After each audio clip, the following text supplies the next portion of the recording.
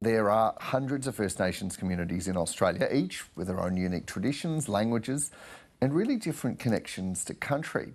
It's a kind of knowledge that's endured for thousands of years. Well, now Aunty Munya Andrews is trying to carry on that legacy for the next generation. In her new book, Ask Aunty Seasons, illustrated by Charmaine Ledden-Lewis, she shares the language of her people from Bardi country in Western Australia's Kimberley region. How do we know what season it is? Let me tell you how it works for Bardi people. We don't look at a calendar to check the season. We look to see what is happening on Buru country. We know the season is changing when the plums are ripe, or the turtles are laying eggs, or the fish are fat. We look to the sky and watch the movement of the stars and feel the changes in the weather. The Ungungul ocean and Gara tides also help us know which season it is. Our seasons can be long or short. Think of the seasons like a pie. For Bardi people, you get 6 pieces of pie, some of them bigger and some smaller. Are you ready to take a journey around the 6 Bardi seasons with me? And I'm really thrilled to say that Aunty Munya is with us tonight. Welcome to the program. Thank you so much. Pleasure to be here. Tell me, what are you wanting us to take away from reading your book? I think, first of all, for people to know that there are still Aboriginal languages that are being spoken throughout Australia, but also the importance of maintaining our languages, because our languages contain our culture, and that's why it's important. And also, I think, for young people in particular, to appreciate that our mob were scientists, environmentalists, and you have to understand the environment to be able to know when a season begins and when it ends. Because the seasons don't start on the first day of the month, they don't end, and there's not just 4 for many First Nations communities, yeah, they don't follow the proverbial 4 seasons of the European calendar. And so right across Australia, some of the nations have 4 to 6 to 8 seasons, and there's even one community in the Northern Territory that has 13 seasons. So really quite amazing. Yeah.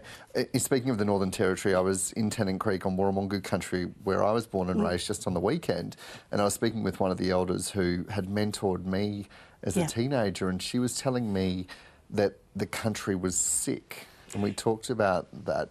What does that mean when you hear that? Well, we have a saying, healthy country, healthy people. So what that means is when the country is well, it's not non-polluted, everything's going well, we're well within ourselves. But as soon as it gets polluted, the land gets polluted, the country gets sick, we get sick too. And it's a different way of looking at well-being. And so when I'm working with medical practitioners, always telling them, if you want to develop some health programs, relate it back to country and you'll have better results. So, for anyone who's not familiar, can you explain to us that inalienable connection to country and how it is that when the country is sick, that makes you sick as well? Yeah, it's because country is family. So it's an extension, isn't it? It's an extension of family, and so you've got to look after country just like you would any other member of the family. And so I think that's why you get sick if they're not well as well. But it starts from a young age. That begins about you're taught caring for country and the importance of that, and developing that really deep connection with country. But often I'm asked by non-Aboriginal people, oh, Auntie, how can I develop a stronger connection with the land? And I ask them, are your people buried in the land? And they go, yes. And I said, when the bones of your people are buried in this country, that's a very sacred thing to us people. So, of course, you have a connection. You have a connection because your people are buried in the land. Is it about being aware of your connection or acknowledging it or being connected to it? I think so, and knowing that you have a relationship with country, that country nurtures you, looks after you, and that's why our mob feels sorry for country, they sing for country, they talk to country, because it's an ongoing relationship. Yeah, I don't want to put you in a position where you share. I'm asking you to share things that you shouldn't be, but what can you tell us about singing to country and the importance of that? Well, one thing is it's about passing on the stories, you know, the song lines and that. So the song lines are an important part of singing country. It's keeping those stories alive as they pass through all the different countries. They take on the languages of that land as well. So, so it's about maintaining culture, maintaining connection. And country loves to be sung to, you know. I often try and tell farmers, if you want to, you know, increase your production and your connection with land, sing to it. They might think I'm weird, but there you go. They might for that moment, but then if they get that more produce, they might not think it's so weird. Exactly. We've just lost James, unfortunately. We're trying to get that connection up. We've got all the gremlins in our system tonight, but we're resilient here. We'll persevere. Angela, I want to go to you because it struck me that when I was on Warramungu country, my home, where I grew up, talking to the elders, and I was saying country is sick, and then hearing Aunty just now say, reminding us about country being a member of the family, it makes me think about the kind of challenges that we've touched on tonight, about heat, about climate change. I saw you nodding away when Aunty was talking. What are you thinking?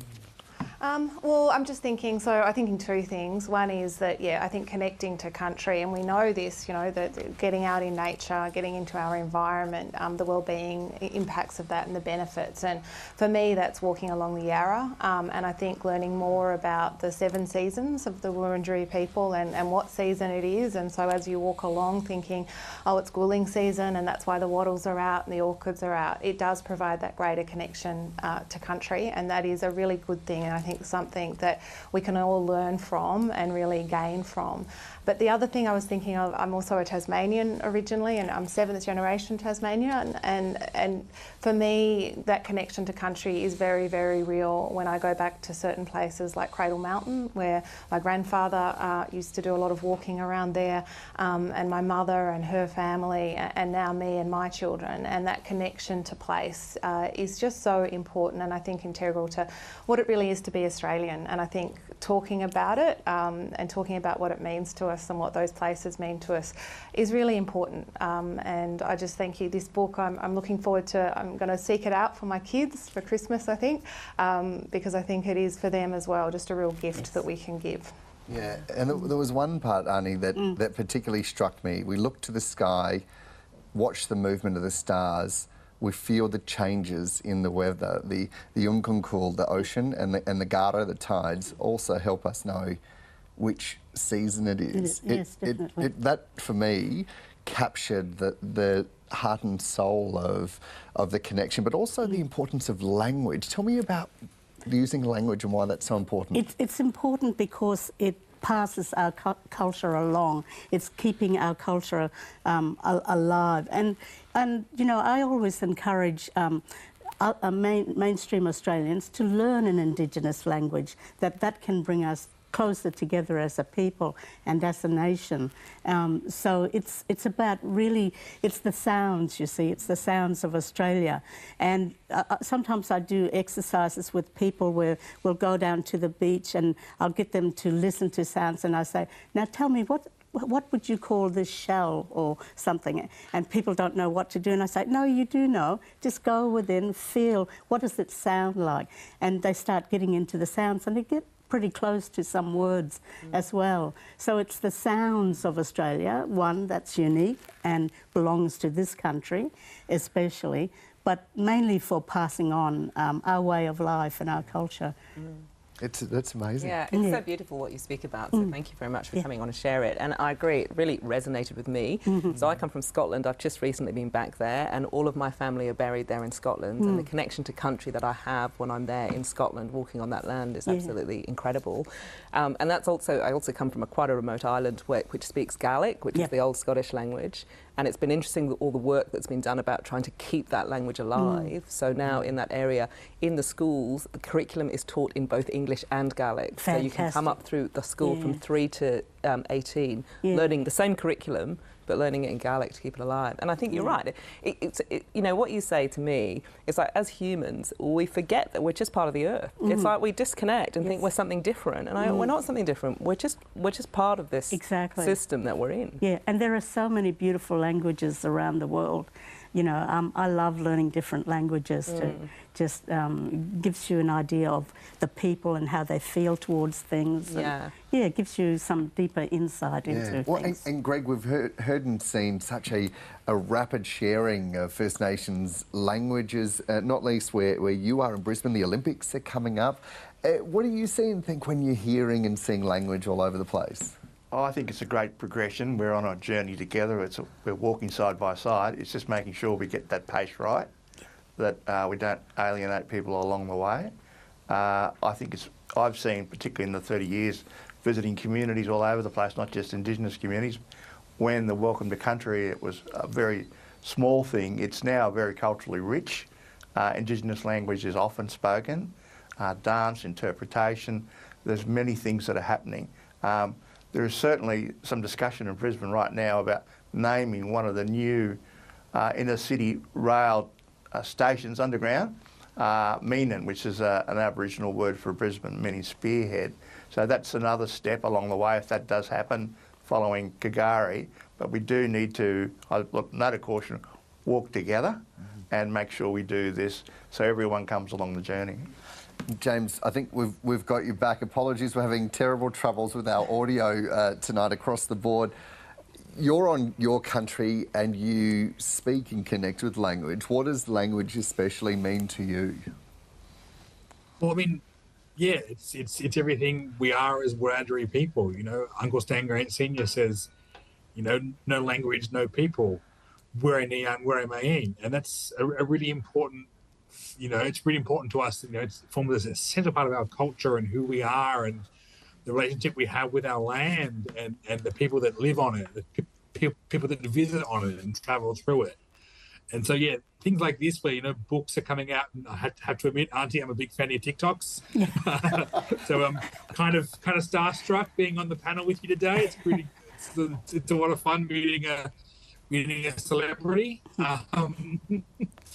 But yeah, honestly, stuff like this, we're allowing people to connect with our languages and learn and grow and understand who we are as people. You know, as a Wiradjuri person, you know, our languages are taught in primary school now, and some universities even, you know, teach our language. And so to have that ability to both have pride in ourselves, you know, our language is our identity. So to have avenues where we can publish, we can speak, we can have events in language, really gives us great pride in ourselves. You know, and you know that these things which were for so long beaten out of us or repressed or oppressed from us, we can now, you know, really take pride in again as young fellas, old fellas, you know, speaking our language. But also I think it gives us great pride in seeing community members come to our country and wanting to learn our language and engage with us on those terms and really understand who we are as people. So, you know, huge fan of Auntie. And I'm sorry about the technical difficulties, but just, yeah, big fan of Auntie, and I'm looking forward to getting the book and reading it. And you know, hopefully there's a similar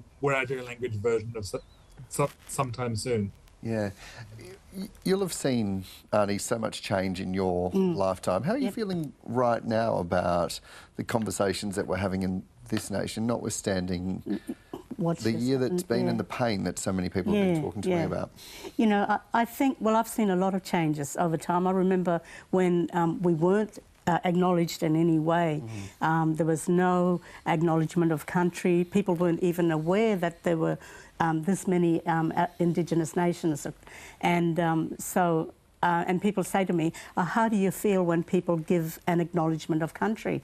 And I say to them, you can't realise how important that is for people who've been invisible for so long. So when you give an acknowledgement of country, that's saying to me, you see me, and not only do I see you, but I respect you, and that's so important. And we've come a long way, and you know, in so many ways.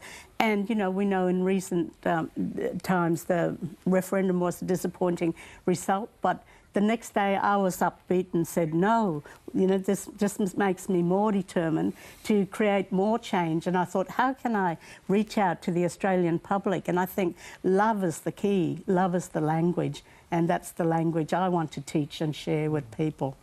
Well, it is certainly a powerful message, and we can feel the love in this incredible book. And thank you for sharing your language and your stories with us tonight, but with everyone in Australia.